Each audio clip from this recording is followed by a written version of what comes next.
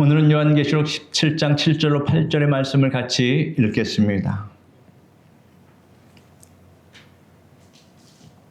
요한계시록 17장 7절로 18절의 말씀을 같이 읽겠습니다. 천사가 이르되 왜 놀랍게 여기느냐? 내가 여자와 그가 탄 7머리와 10뿔 가진 짐승의 비밀을 내게 이르리라. 내가 본 짐승은 전에 있었다가 지금은 없으나 장차 무적행으로부터 올라와 멸망으로 들어갈 자니 땅에 사는 자들로서 창세 이후로 그 이름이 생명책에 기록되지 못한 자들이 이전에 있었다가 지금은 없으나 장차 나올 짐승을 보고 놀랍게 여기리라. 지혜 있는 뜻이 여기 있으니 그 7머리는 여자가 앉은 7산이요 또 7왕이라. 5은 망하였고 하나는 있고 다른 하나는 아직 이르지 아니하였으나 이르면 반드시 잠시 동안 머무르리라. 전에 있었다가 지금 없어진 짐승은 8째 왕이니 7 중에 속한 자라. 그가 멸망으로 들어가리라. 내가 보던 10뿔은 10왕이니 아직 나라를 얻지 못하였으나 다만 짐승과 더불어 임금처럼 한동안 권세를 받으리라. 그들이 한 뜻을 가지고 자기의 능력과 권세를 짐승에게 주더라. 그들이 어린 양과 더불어 싸우려니와 어린 양은 만주의 주시오 만왕의 왕이시므로 그들을 이기실 터이요 또 그와 함께 있는 자들을 곧 부르심을 받고 택하심을 받은 진실한 자들도 이기리로다. 또 천사가 내게 말하되 내가 본 바 음녀가 앉아있는 물은 백성과 무리와 열국과 방언들이니라. 내가 본 바 이 10뿔과 짐승은 음녀를 미하여 망하게 하고 벌거벗게 하고 그의 살을 먹고 불로 아주 사르리라.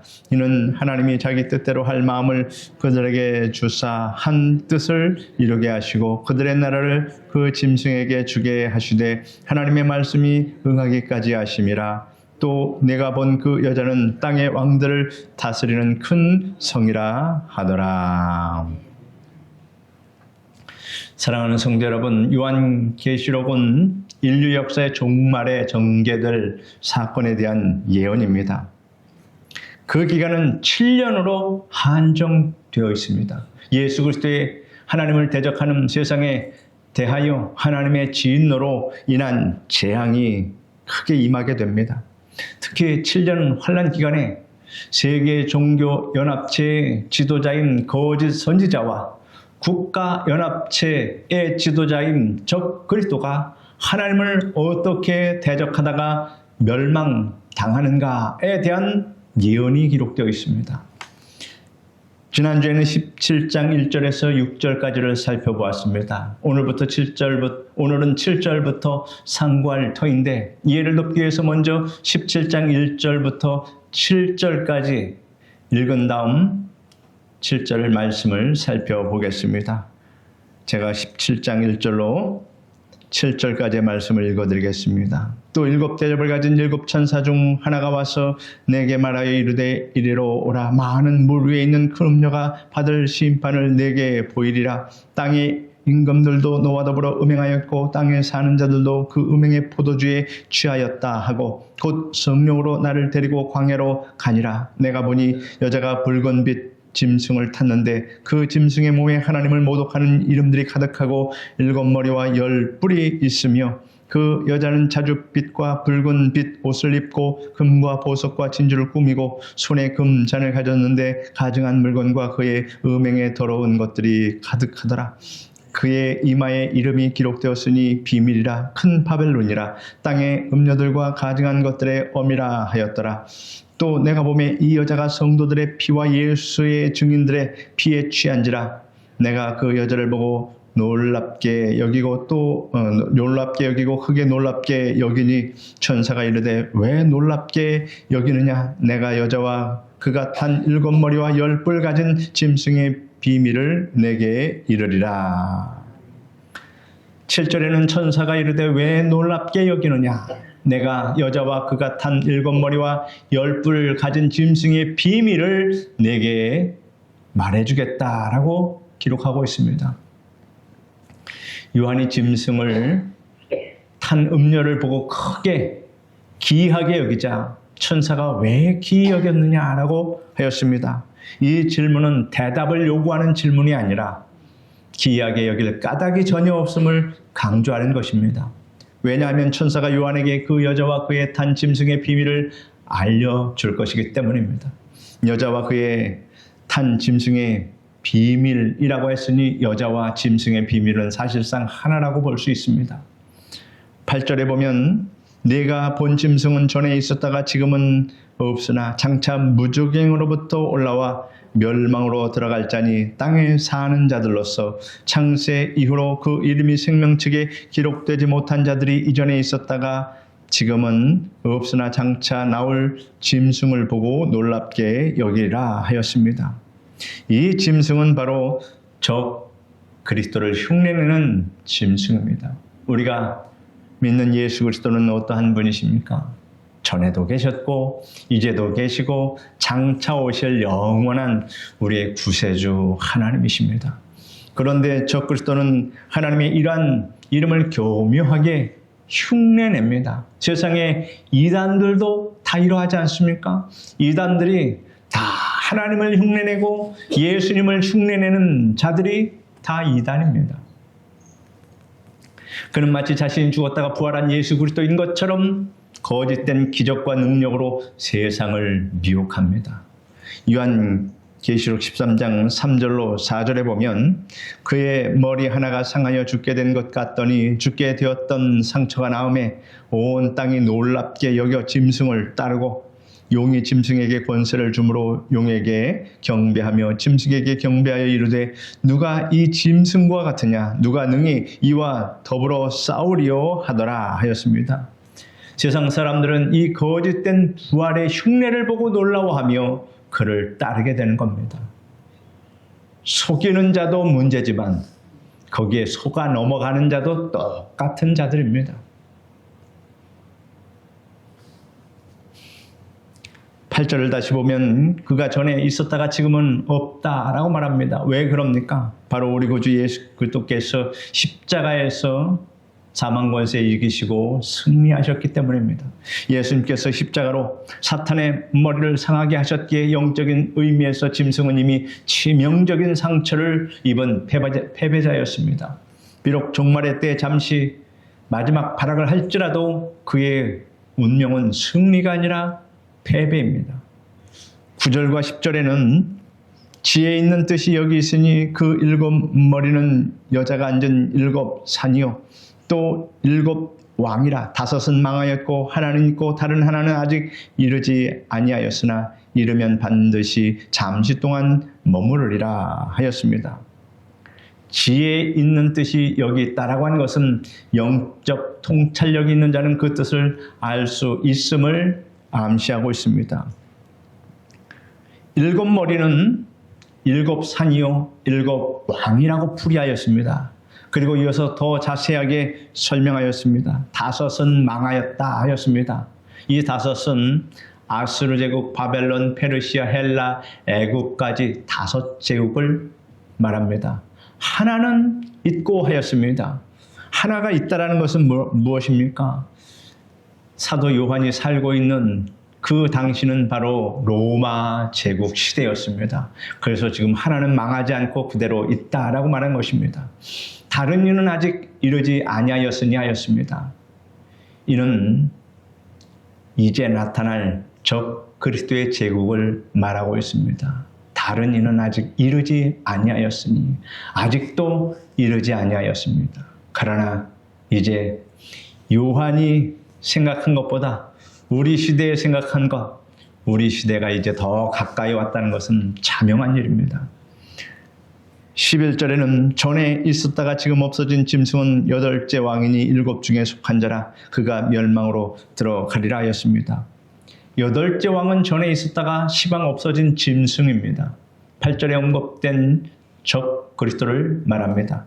7 중에 속한 자라는 것은 아수르, 바벨론, 페르시아, 헬라, 애굽, 로마 제국 다음으로 적 그리스도 제국에 속한 자, 즉 짐승으로 불리는 적 그리스도를 말합니다. 12절에는 네가 보던 10뿔은 10왕이니 아직 나라를 얻지 못하였으나 다만 짐승과 더불어 임금처럼 한동안 권세를 받으리라 하였습니다. 바벨론의 느부갓네살 왕 시대 선지자 다니엘이 꿈에서 본 10뿔에 관하여 다니엘서에 이렇게 기록되어 있습니다.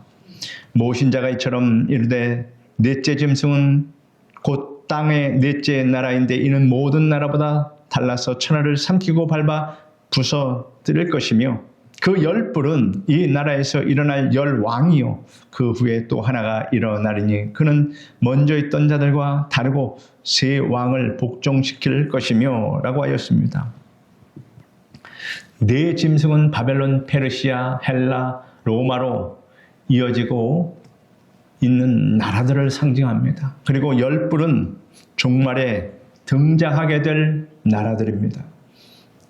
통합된 단일 국가로서 10왕과 적그리스도가 잠시 동안 함께 다스릴 것입니다. 13절에는 그들이 한 뜻을 가지고 자기의 능력과 권세를 짐승에게 주더라 하였습니다. 앞에 10왕은 느부갓네살이 꿈에 본 신상의 10발가락에 해당이 됩니다. 세상 나라들을 말합니다.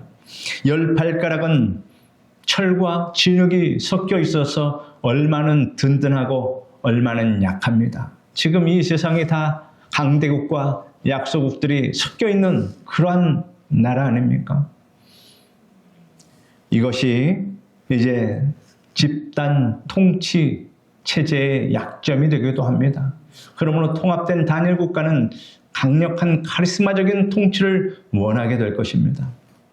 그래야 10왕의 뜻을 모아 한 사람에게 통치권을 이제 넘겨주게 됩니다. 이 통치자가 바로 적 그리스도입니다.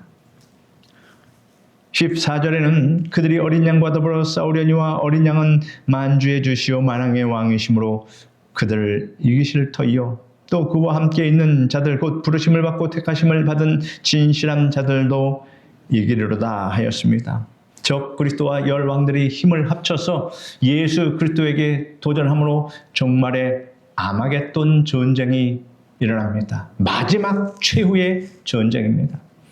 그리스도는 만주해 주시고 만왕의 왕이시므로 적 그리스도와 10왕들을 능히 이기시고도 남습니다. 그리스도와 함께 있는 성도들도 이기게 된다라고 하였습니다. 성도들을 지칭하여서 그와 함께 있는 자들 곧 부르심을 받고 택하심을 받은 진실한 자들이라고 하였습니다. 여러분들이 바로 하나님께 부르심을 받고 택하심을 받은 진실한 성도라고 하는 이 사실을 마음속에 확신하시기를 바랍니다. 15절에는 또 천사가 내게 말하되 내가 본 바 음녀가 앉아있는 물은 백성과 무리와 열국과 방언들이니라 하였습니다. 앞에 1절에서 천사가 요한에게 이리 오라 많은 물 위에 앉은 큰 음녀의 받을 심판을 내게 보이리라 라고 이야기한 적이 있습니다. 여기서 천사는 음녀가 앉은 많은 물에 대해서 설명합니다. 물은 백성과 무리와 열국과 방언들이니라 하였습니다. 많은 물은 온 세계 만민을 의미합니다. 이 온 세계 만민을 이제 이 음녀가 장악하게 된다. 그런 때가 있다라고 하는 것입니다. 16절에서 17절에는 내가 본 바 이 10뿔과 짐승은 음녀를 미워하여 망하게 하고 벌거벗게 하고 그의 살을 먹고 불로 아주 사르리라. 이는 하나님이 자기 뜻대로 할 마음을 그들에게 주사 한 뜻을 이루게 하시고 그들의 나라를 그 짐승에게 주게 하시되 하나님의 말씀이 응하기까지 하심이라 하였습니다. 음녀인 종교연합체는 7년, 전반기 3년 반이 지나기까지 적그리스도와 상호 의논하고 서로 이용하지만 그 3년 반이 지나면 적그리스도가 강해져서 자기 우상을 세우고 음녀라는 종교, 즉 종교 세계 연합체를 파멸해버립니다. 악한 자들은 이제 실컷 이용해놓고 이용할 가치가 없으면 버린다 그런 얘기입니다.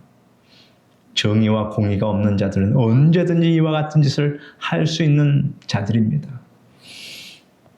물론 열 왕은 적그리스도의 뜻을 지지하고 따를 것입니다.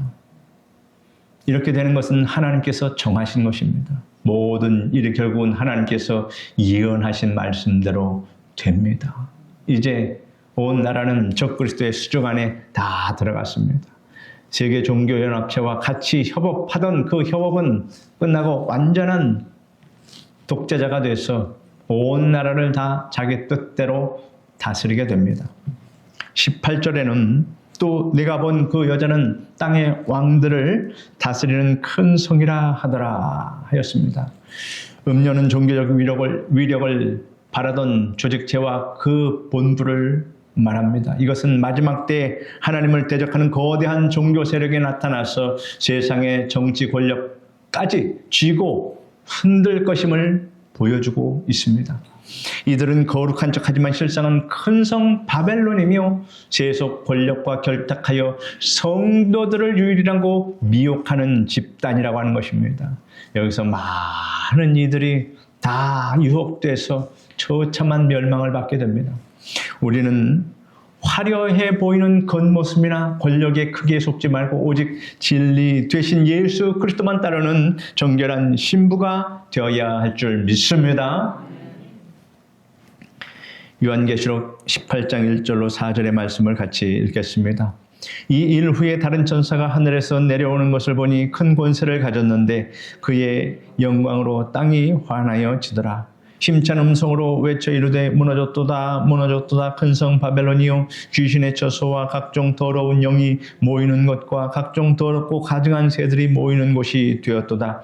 그 음행의 진노의 포도주로 말미암아 만국이 무너졌으며 또 땅의 왕들이 그와 더불어 음행하였으며 땅의 상인들도 그 사치의 세력으로 치부하였도다 하더라. 또 내가 들으니 하늘로부터 다른 음성이 나서 이르되 내 백성아 거기서 나와 그의 죄에 참여하지 말고 그가 받을 재앙들을 받지 말라. 1절에는 이 일 후에 다른 천사가 하늘에서 내려오는 것을 보니 큰 권세를 가졌는데 그의 영광으로 땅이 환하여지더라 하였습니다. 요한계시록 17장과 18장에 나오는 큰 바벨론의 상징의 변화가 생깁니다. 17장에 나오는 바벨론은 종교적인 연합체로서 옛 바벨론의 성격을 띈 것이고 18장에 나오는 바벨론은 정치적, 경제적 연합체로 하나님을 대적하여 높아진 옛 바벨론의 성격을 또한 띠고 있습니다. 세계 종교연합체의 우두머리는 정치 지도자들에게 큰 영향력을 행사할 것입니다. 17장에는 7년 환란 기간의 전박이 3년 반 동안의 큰 음녀라고 지칭되는 종교 조직체로서 바벨론이 적그리스도의 제국에 편승하여 영화를 누리다가 결국 적그리스도에게 종교 조직체는 파멸당할 것입니다. 적그리스도는 종교계를 다시 정화하고 자기에게 모든 경배를 집중하도록 할 것입니다. 예루살렘 성전은 바로 이 적그리스도에 의해서 완전히 파괴되며 자기를 숭배하는 우상을 그곳에다 세운다 하였습니다. 적그리스도가 이끄는 정치적 상업적 바벨론은 환란의 후반기에 세계무역과 상업의 중심이 됩니다. 18장에는 정치적 상업적 바벨론 곧 적그리스도의 수도인 그 큰 성이 처참하게 파멸될 것이 예언되어 있습니다. 이 일 후에 다른 천사가 하늘에서 내려오는 것을 보니 큰 권세를 가졌는데 그의 영광으로 땅이 환하여지더라 하였습니다.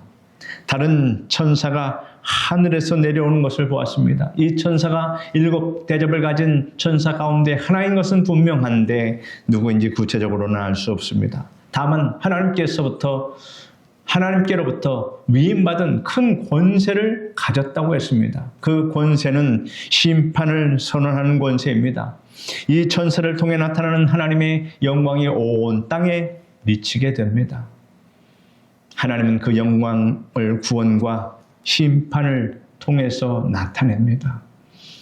저들의 악함도 결국은 종말을 구할 때가 있다라고 하는 이 사실, 결국은 하나님의 정의가 승리한다라고 하는 이 사실은 이미 정해진 결과다라고 하는 것입니다. 그러므로 이 악한 자들이 기승을 부릴 때 많은 이들이 고통을 받게 됩니다. 그러나 여러분, 그것도 잠시 잠깐 오면 다 지나갈 것이고 하나님의 공의의 심판이 이 어둠의 세력들을 다 깨끗이 물리쳐서 하나님의 천사가 내려올 때 환하게 되더라 하는 것은 어둠의 세력을 다 물리친다라고 하는 그러한 상징적인 표현입니다.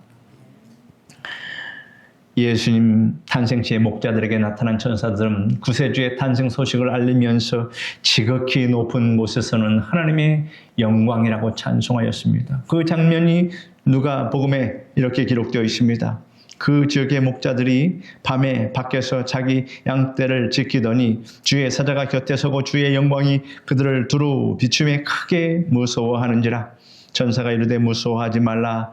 보라, 내가 온 백성에게 미칠 큰 기쁨의 소식을 너희에게 전하노라. 오늘 다윗의 동네에 너희를 위하여 구주가 나셨으니 곧 그리스도 주시니라. 너희가 가서 강보에 쌓여 그 위에 뉘어있는 아기를 보리니 이것이 너희에게 표적이라 하더니 호련히 수많은 천군이 그 천사와 함께 하나님을 찬송하여 이르되 지극히 높은 곳에서는 하나님께 영광이요 땅에서는 하나님이 기뻐하신 사람들 중에 평안하다 하니라 하였습니다.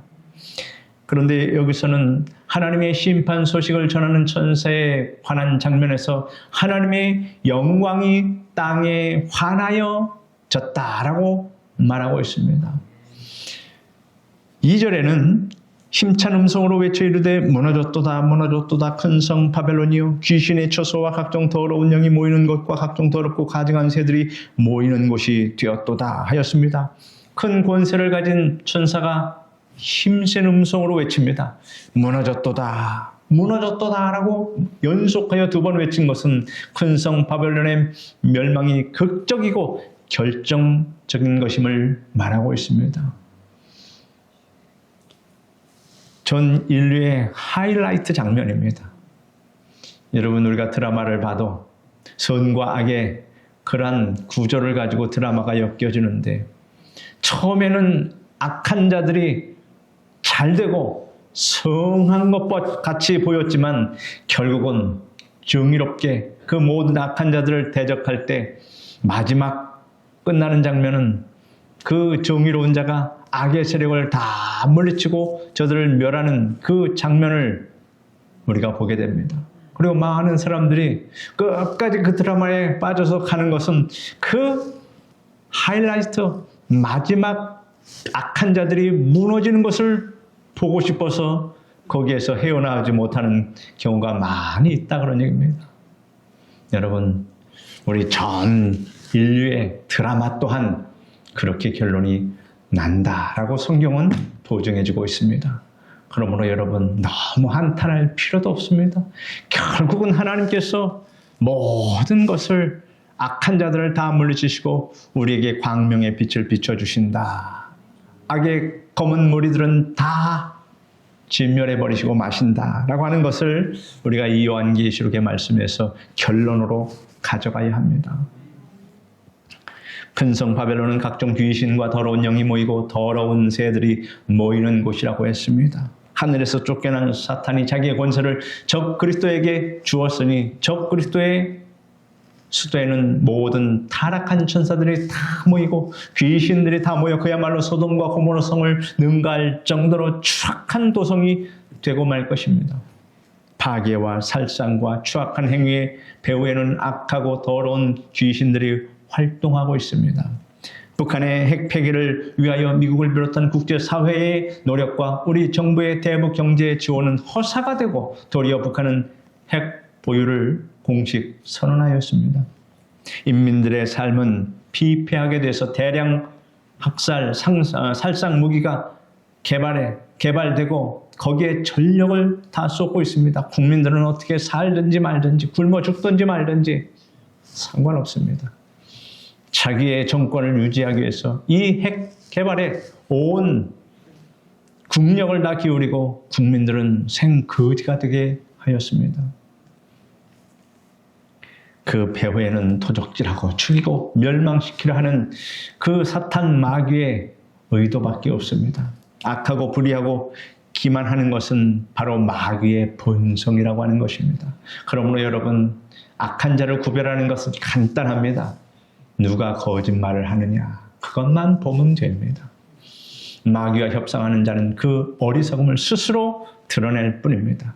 북한에게 잘 보이기 위해서 북한에게 무인 비행기 하나 날렸다고 사과하고, 북한의 머리 조아리고, 북한에서 뭐라고 이야기하면 거기에 그냥 쩔쩔매면서 하는 것, 이게 바로 마귀와 협상하는 어리석은 자다, 그런 얘기입니다. 이것을 모르고 그 정권을 지지하는 많은 또 어리석은 자가 있으니 이해가 안 됩니다. 그러나 세상은 그렇게 마지막 종착역을 향해서 달려간다라고 말하고 있으니 여러분, 이상할 것 하나도 없습니다. 왜냐하면 다 성경대로 지금 그렇게 되어지고, 그러나 마지막 클라이막스는 뭡니까? 하나님의 영광이 이 땅을 환하게 비춰주신다. 이것을 우리가 결론으로 붙잡고 있으니 여러분, 환난의 날 비극심에도 인내하고 견디시길 바랍니다.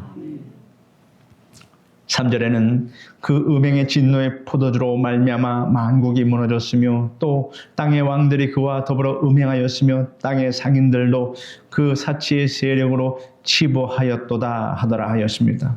만국의 정치 지도자들과 사업가들이 적그리스도의 나라인 큰 성 바벨론과 관련을 맺게 되고, 그로 인해 종교적, 도덕적으로 심히 부패하게 됩니다. 정의란, 공의란 찾아볼 수 없습니다. 힘의 논리입니다. 힘의 논리로 세계가 움직이게 돼 있다, 그런 얘기입니다. 정치 지도자들이 이 같은 것을 하게 되는데, 참으로 적그리스도의 나라인 큰 성 바벨론과 불가분의 관계를 맺고 이들이 이 악한 짓을 앞으로 해 나가게 된다, 그런 얘기예요. 사람들은 황금 만능주의에 빠져서 불의하고 부정한 돈을 받고 불의하고 악한 자들을 돕는 편에 서는 것을 아주 이젠 서슴지 않고 있습니다. 예전에는 잘못하면 얼굴을 가리고 숨어 있는데 지금은 어떡합니까? TV에 나와도 얼굴을 떳떳하게 내놓으면서 거짓말을 밥 먹듯이, 그리고 거짓말을 제 것으로 하는 양, 거짓말을 너무나 진실하게 말하는 것처럼 아주 잘합니다. 자기 신분이 공개되는 것도 이제는 개의치 않는다, 성경은 그렇게 말하고 있습니다.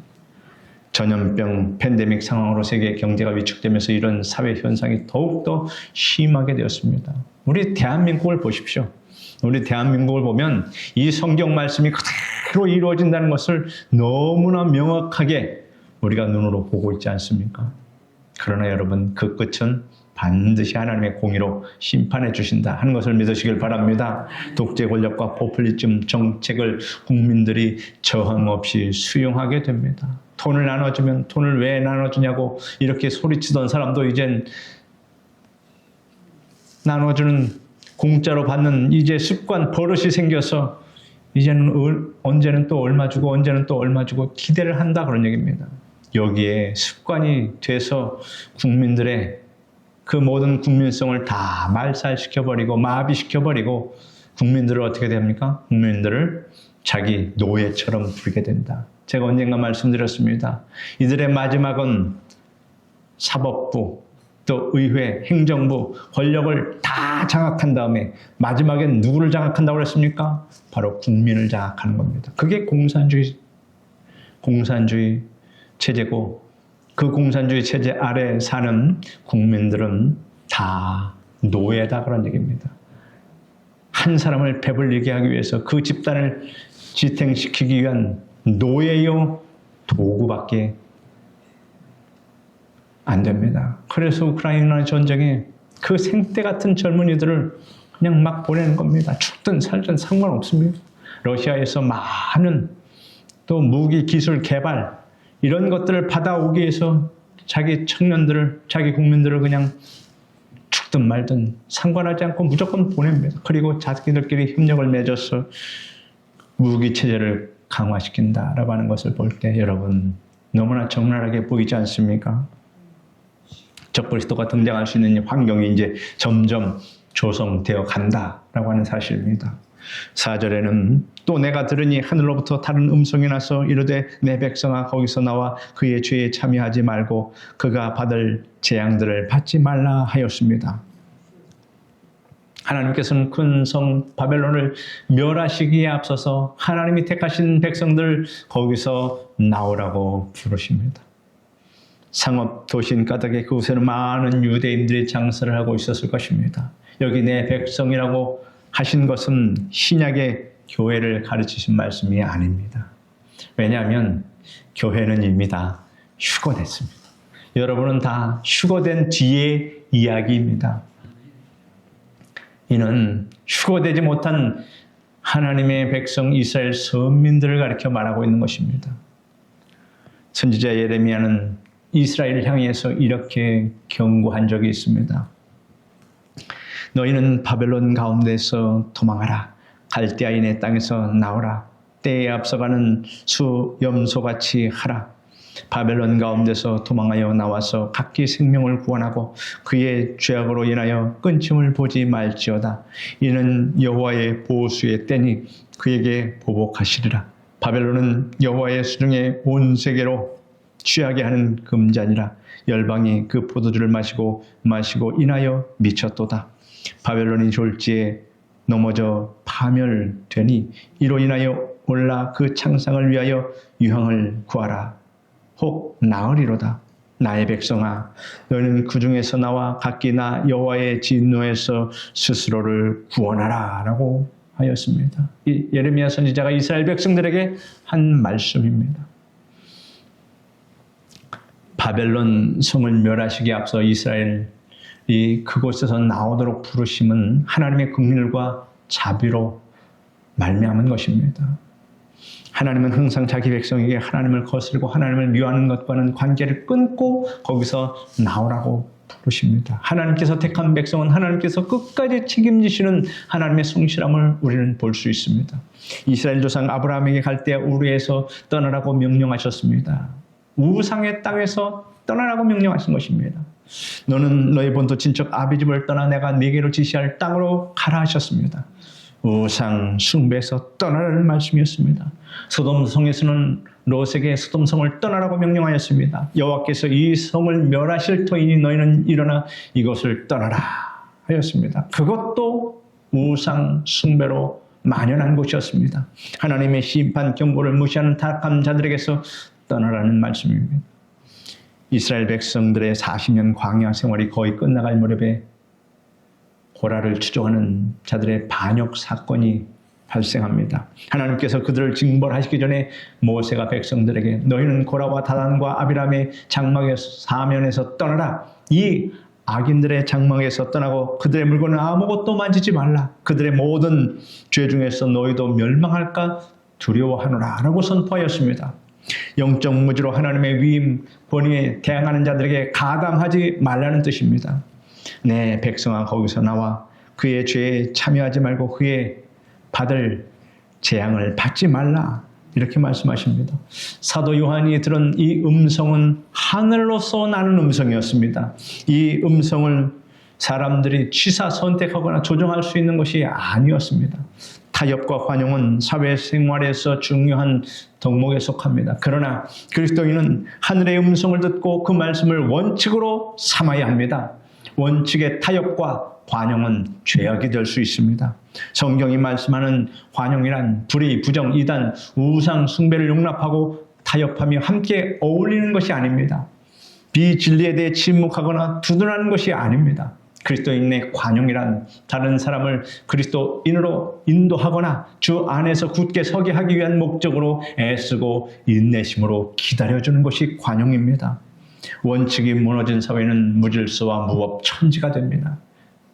그러나 무시해서는 안 되는 것이 있습니다. 원칙의 근거입니다. 그리스도인의 삶의 원칙은 성경에 근거한 것입니다. 하늘에서 주신 것이므로 완전 무결함을 믿으시길 바랍니다. 내 백성아 거기서 나와 그의 죄에 참여하지 말고 그의 받을 재앙을 받지 말라. 이 말씀은 7년 환난 기간에 하나님의 백성이 된 사람들을 향한 것입니다.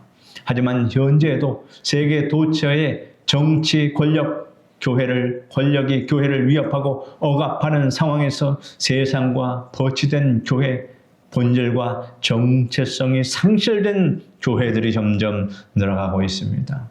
교회 폐쇄법이 이제 다 만들어졌고, 이제 그것을 통해서 이제 교회는 영장 없이도 막 들어와서 장부 다 뒤져가고 체포해가고 할 수 있습니다. 그리고 목사님들이 설교를 어떻게 하는지 다 또 감시 공무원들을 보내서 그렇게 감시할 것입니다. 사랑하는 성도 여러분, 성도들아, 거기서 나와 그의 죄에 참여하지 말고 그의 받을 재앙을 받지 말라 하는 권고의 말씀을 오늘 이 설교를 듣는 여러분의 마음에 새기며 날마다 믿음으로 여러분 승리하시기를 간절히 축원합니다. 기도하겠습니다. 거룩하신 하나님, 이제 하나님께서 예언하신 계시록의 말씀이 이제 우리 목전에 다 이루어지는 그러한 순간을 우리가 보게 됩니다. 우리가 미리 마음에 대비를 하고 하나님의 말씀을 지켜서 그것까지 우리 성도들이 다 승리하며 마지막 때에 승리의 찬송을 부를 수 있도록 도와주시옵소서. 예수님의 이름으로 기도드립니다. 아멘.